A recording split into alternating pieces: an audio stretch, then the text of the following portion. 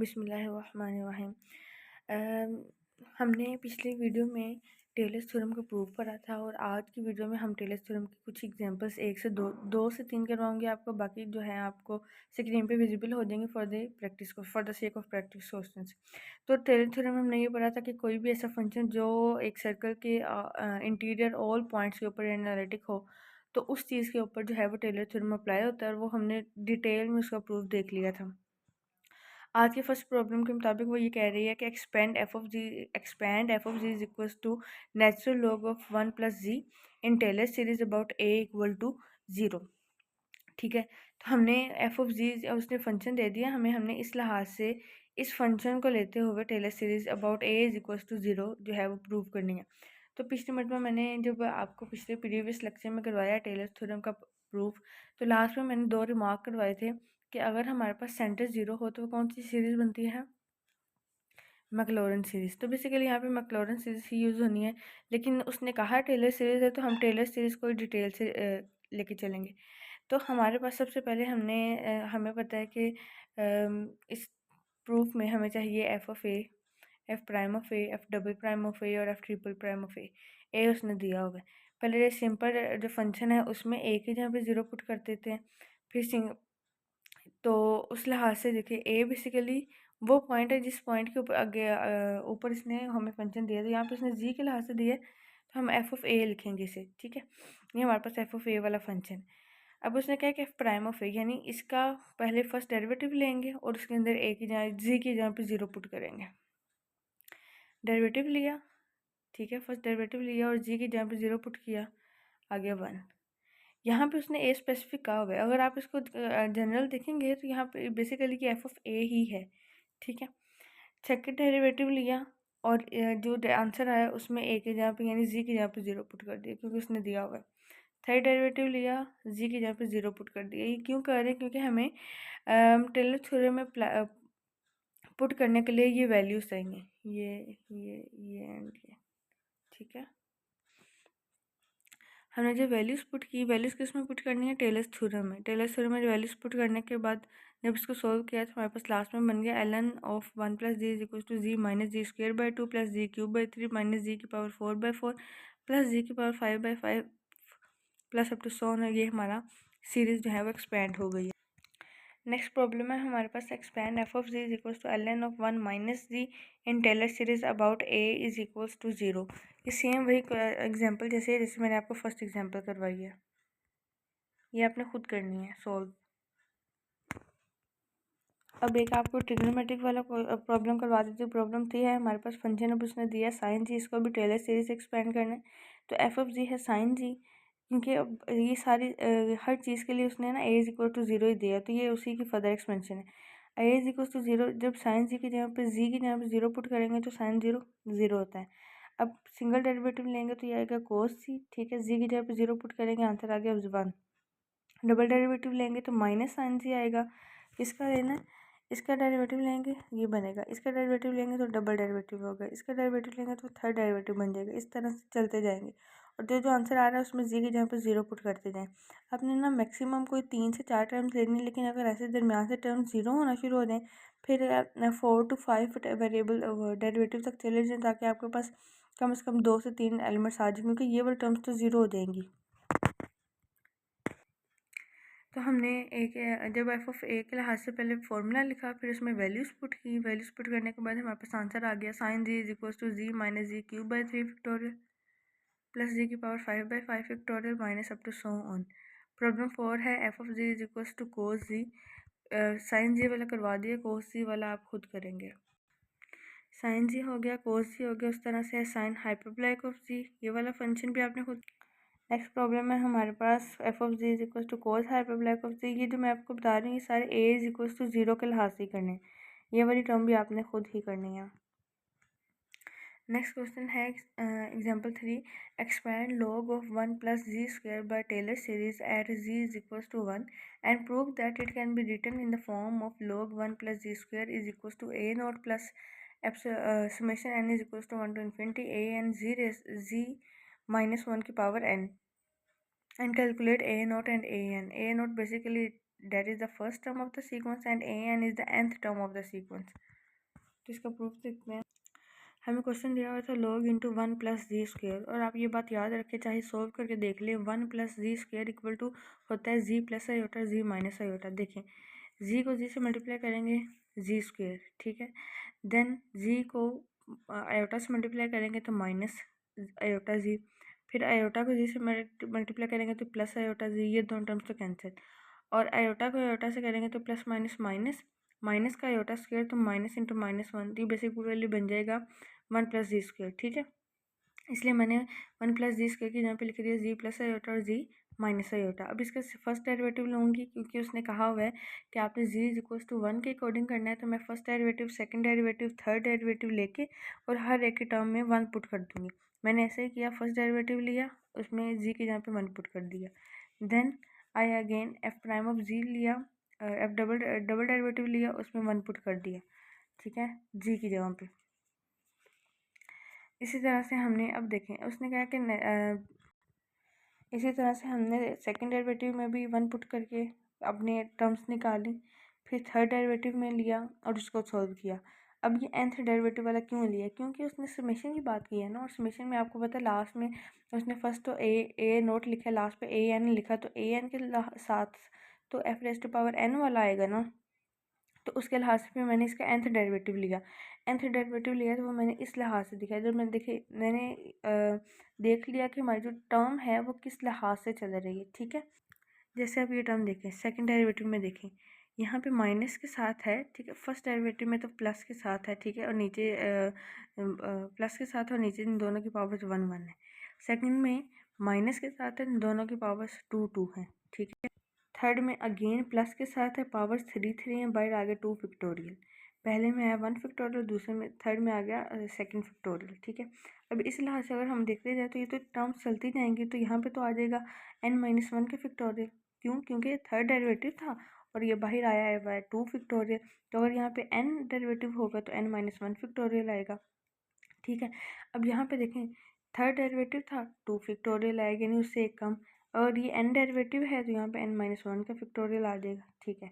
अब उसके बाद क्या हुआ कि हमारे पास अल्टरनेटिव सीरीज चल रही हैं।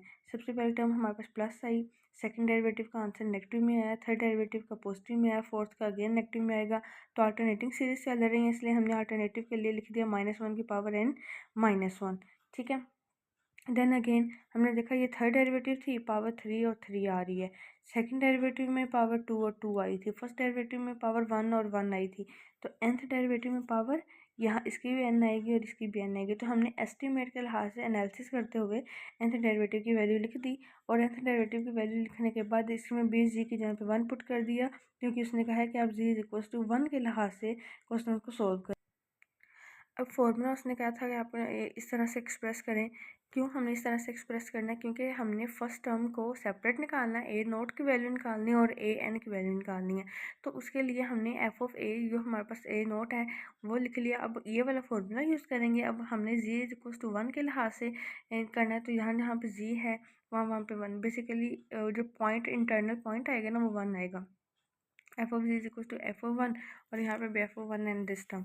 अब वैल्यूज़ पुट करेंगे, वैल्यूज़ पुट करने के बाद log वन प्लस जी स्क्वायर उसने दिया हुआ था, एफ ओ वन आ गया log टू। किस तरह से आया, ये इस तरह से आया, क्योंकि सबसे पहले टर्म हमारे पास एफ ऑफ जी जो सबसे पहले सिंपल टर्म आते हैं ना, उसके बाद फर्स्ट डेरिवेटिव और सेकंड डेरिवेटिव आता है, तो सिंपल टर्म देखें log इंटू वन प्लस जी स्क्वायर है, जब इसमें वन पुट किया तो log one into one, one plus one आ गया, तो ये क्या बन गया log टू, इसलिए मैंने वहाँ पे एफ ऑफ वन के यहाँ पे log टू लिखा हुआ है।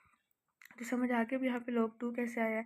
अब इस उससे आगे है summation n is equals to one to infinity Z minus one की power n over n factorial F raise to, यानी nth derivative at point one, वो हमने भी पीछे निकाला, मैंने आपको डिटेल से समझाया, वो चीज़ हमने यहाँ पे लिख दी।